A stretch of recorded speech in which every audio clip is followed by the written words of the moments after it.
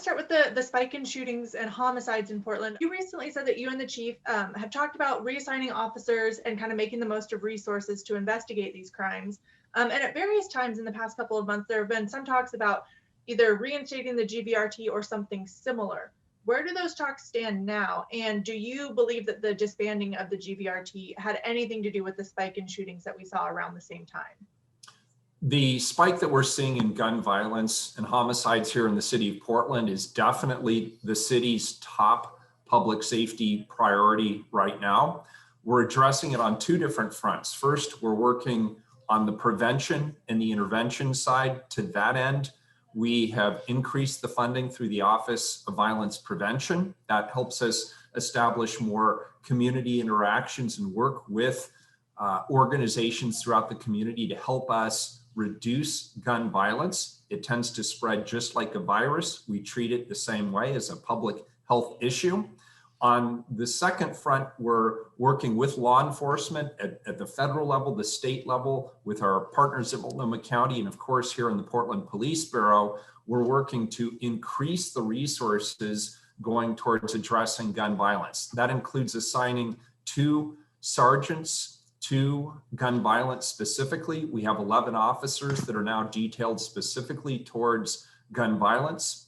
We're also working with outside partners. We're working with a consultancy called the California Partnership. They're helping us both on the prevention and the intervention side, as well as the law enforcement side, to create a comprehensive strategy to reduce gun violence in Portland. And I believe that will have a significant impact. So in what ways is that different than what we had originally with the gun violence reduction team? This is far more comprehensive. This brings together not just the law enforcement side, the investigative follow-up, and some of the interventions through the police bureau. This also creates the opportunities for true prevention and community intervention through the Office of Violence Prevention.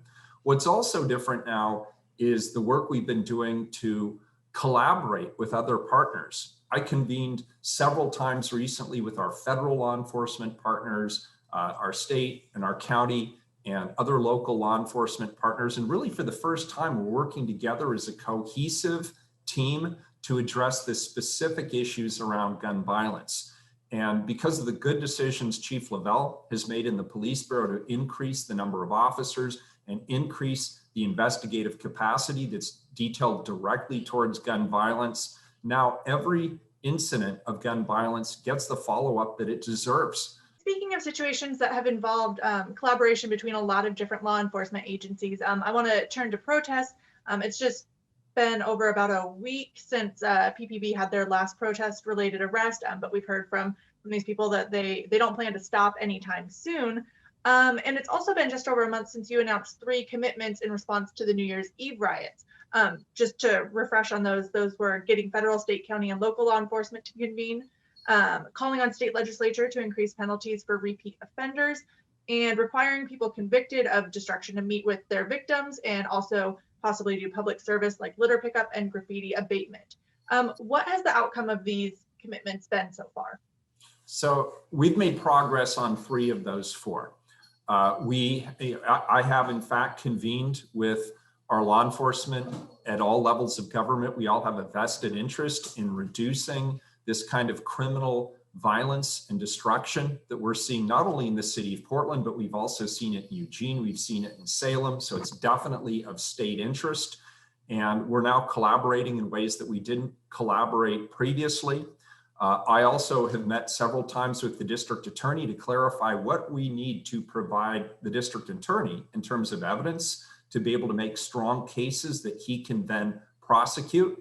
Because personally, my view is you need to arrest people and you need to hold them accountable if they're engaged in these activities. So we're developing better protocols around providing solid evidence to the district attorney so that he can make good progress on that front. I've also made it clear to the district attorney that I support restorative justice.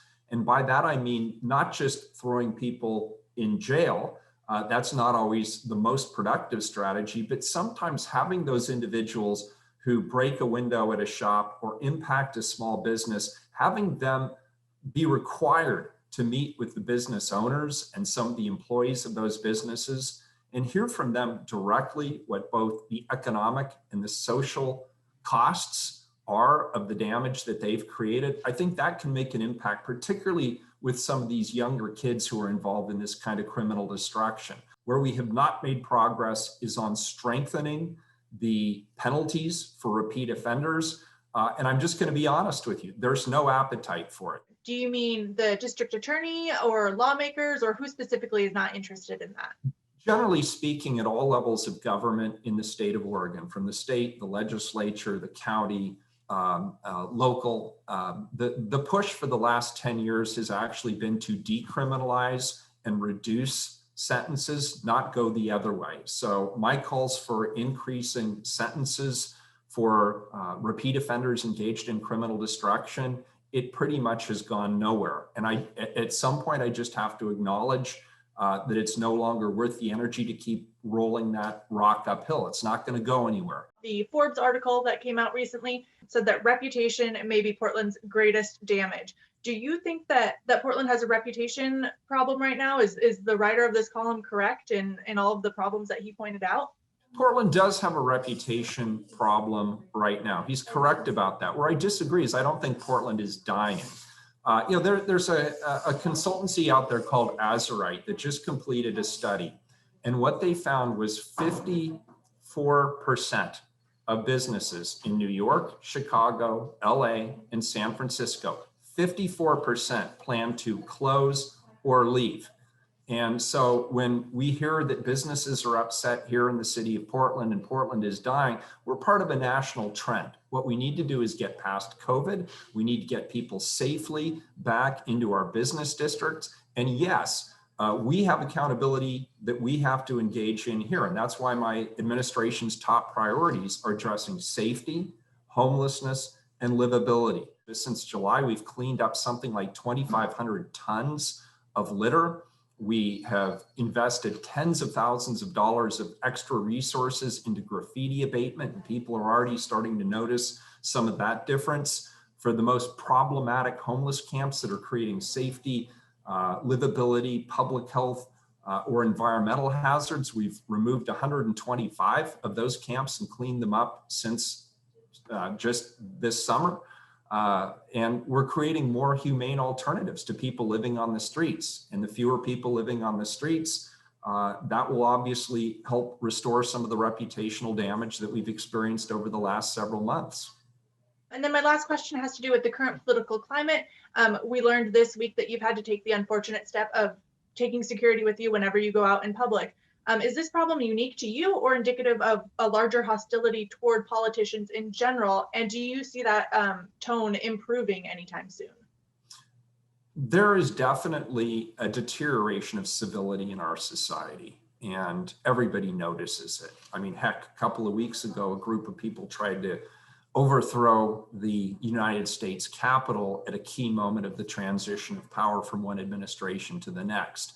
And we all know that politics in America is becoming far more personal and far more polarized.